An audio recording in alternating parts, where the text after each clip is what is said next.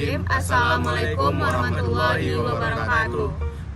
Perkenalkan, kami dari kelompok 11. Dalam kesempatan kali ini kami akan menjelaskan tentang aliran profetik hukum dengan mata kuliah filsafat hukum yang diampuh oleh Pak Hengki Firmanda. Dan perkenalkan, saya sendiri adalah Muhammad Mufadol Mahestu, dan di samping saya ada Indah Tiriwisesa, dan rekan saya yang di samping adalah Muhammad Arif. Selamat menyaksikan. Baiklah teman-teman, di sini saya akan menjelaskan tentang aliran profetik, di mana profetik ini merupakan pemikiran kedamaian jiwa, batinia, dan nilai-nilai agama dan Tuhan yang menjadikan faktor yang kuat yang mempengaruhi paham ini, di mana reintegrasi ilmu dan agama inilah yang kemudian membawa pada konsep ilmu profetik. Sehingga paradigma profetik ini memiliki 4 nilai, yang mana adalah humanisasi, liberasi, transendensi, serta aktivisme historis.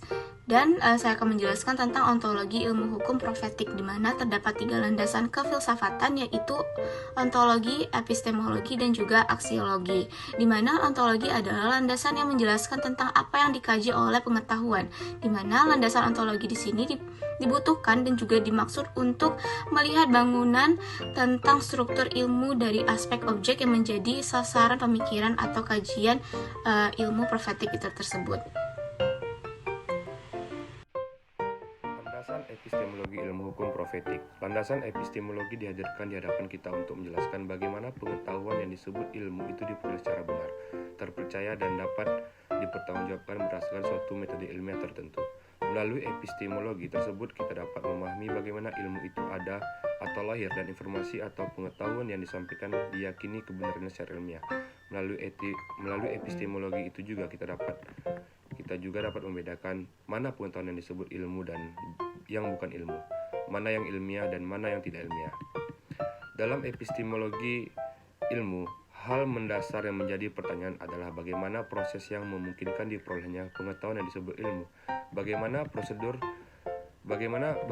prosedur memperolehnya, hal-hal apa yang harus diperhatikan agar kita mendapatkan pengetahuan yang benar, apa yang disebut kebenaran itu sendiri, dan apa kriterianya.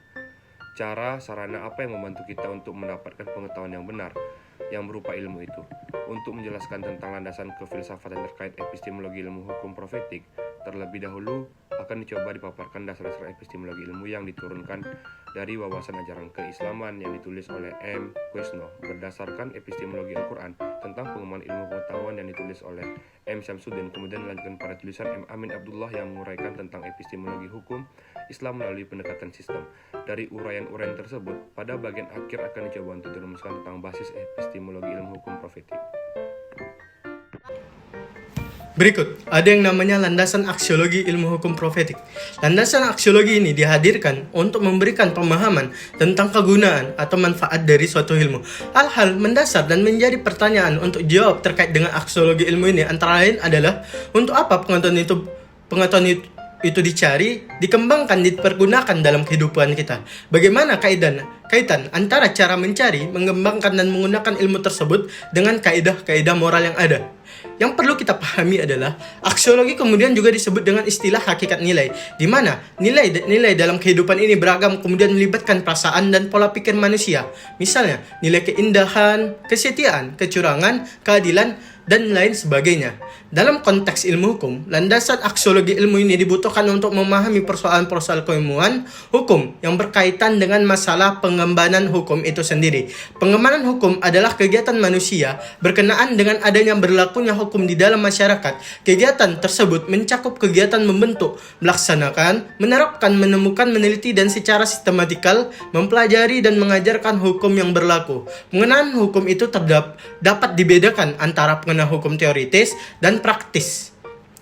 Kesimpulannya, yang dapat kita lihat dari aspek aksiologis adalah terdapat kesepakatan bahwa seorang manusia dan ilmunya terikat dalam berperilaku dan berbuat, yang bukan saja hanya menggunakan etika dan moralitas untuk sekedar komunikasi dengan manusia dan lingkungan semata, tetapi juga dituntut perbaikan antara sikap mengabdi kepada Tuhan Pencipta. Demikian video yang dapat kami sampaikan. Lebih dan kurang kami mohon maaf. Assalamualaikum warahmatullahi wabarakatuh.